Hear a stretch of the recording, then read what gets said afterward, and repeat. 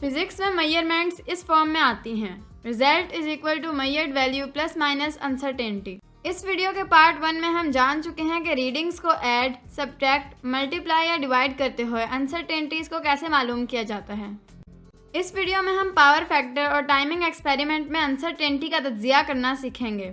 तो आइए शुरू करते हैं।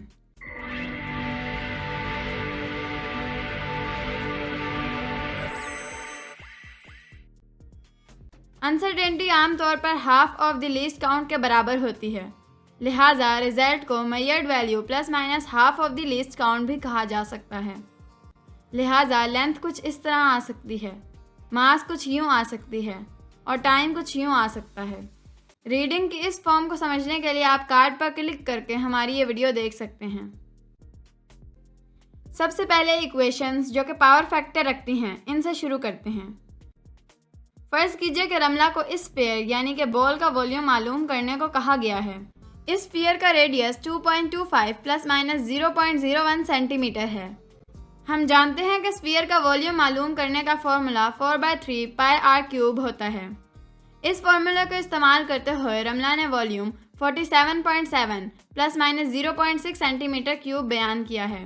लेकिन 0.6 सेंटीमीटर क्यूब अनसर्टेनिटी कैसे निकाली, इसको समझने के लिए आखिर तक हमारे साथ रहिए।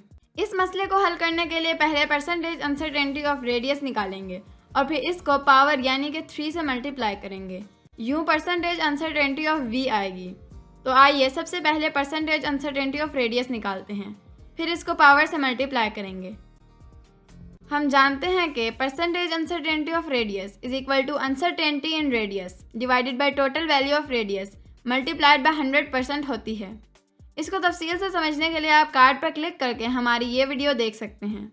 लिहाजा परसेंटेज अनसर्टेनिटी ऑफ रेडियस 0.4% है। अब इसको इसकी पावर यानी कि 3 से मल्टीप्लाई करके परसेंटेज अनसर्टेनिटी ऑफ वी 1.2% आएगी। परसेंटेज अनसर्टेनिटी को वैल्यू में प्लस माइनस नहीं किया जा सकता, लिहाजा हमें परसेंटेज अनसर्टेनिटी ऑफ वी को अनसर्टेनिटी इन वी में तब्दील करना होगा, जिसके लिए हम ये फार्मूला इस्तेमाल करते हैं।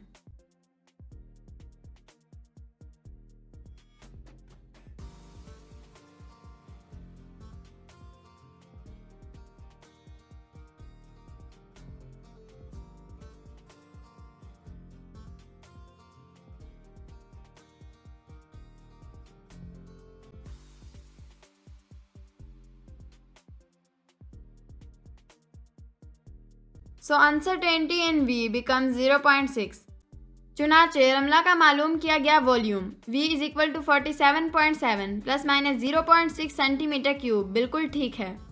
नतीजतन इस वीडियो से हम 3 पॉइंट्स अखज़ कर सकते हैं।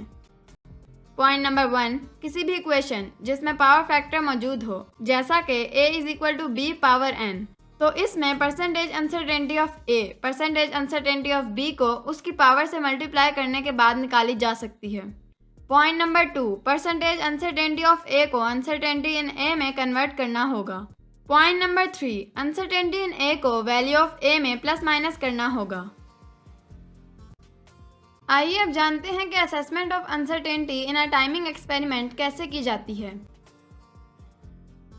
फर्ज कीजिए कि हमें एक पेंडुलम का टाइम पीरियड मालूम करना है और इस काम के लिए हमारे पास एक ऐसी स्टॉप वॉच है जिसका लीस्ट काउंट 0.1 सेकंड्स है। पेंडुलम के बॉब को अगर हम पॉइंट A से छोड़ें तो ये एक वाइब्रेशन मुकम्मल करने के बाद वापस पॉइंट A पर आएगा। एक वाइब्रेशन मुकम्मल करने के लिए जितना वक्त दरकार होता है उसी को टाइम पीरियड कहते हैं। पेंडुलम की एक वाइब्रेशन का टाइम स्टॉपवॉच पर मालूम करना ज़रा मुश्किल काम है, क्योंकि जिस वक्त बॉब को छोड़ा जाए बिल्कुल उसी वक्त स्टॉपवॉच को ऑन करना और वापस पॉइंट A पर स्टॉपवॉच को ऑफ करने में बहुत एरर के चांसेस हैं। इसलिए बेहतर यह है कि कुछ ज़्यादा नंबर ऑफ़ वाइब्रेशंस का टाइम मालूम करने के बाद इस टाइम को नंबर ऑफ़ वाइब्रेशन से डिवाइड करके टाइम पीरियड के एरर या अनसर्टेनिटी को कम से कम किया जाए। फर्ज कीजिए कि हमने 30 वाइब्रेशंस का टाइम 54.6 प्लस माइनस 0.1 सेकेंड्स मालूम किया है।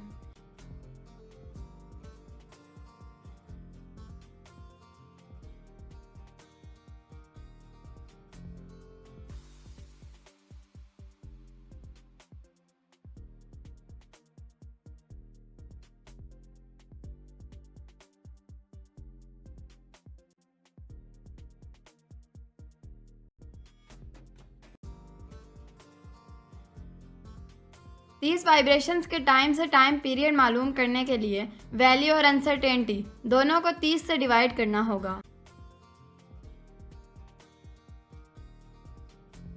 लिहाजा पेंडुलम का time period 1.82 plus minus 0.003 seconds होगा।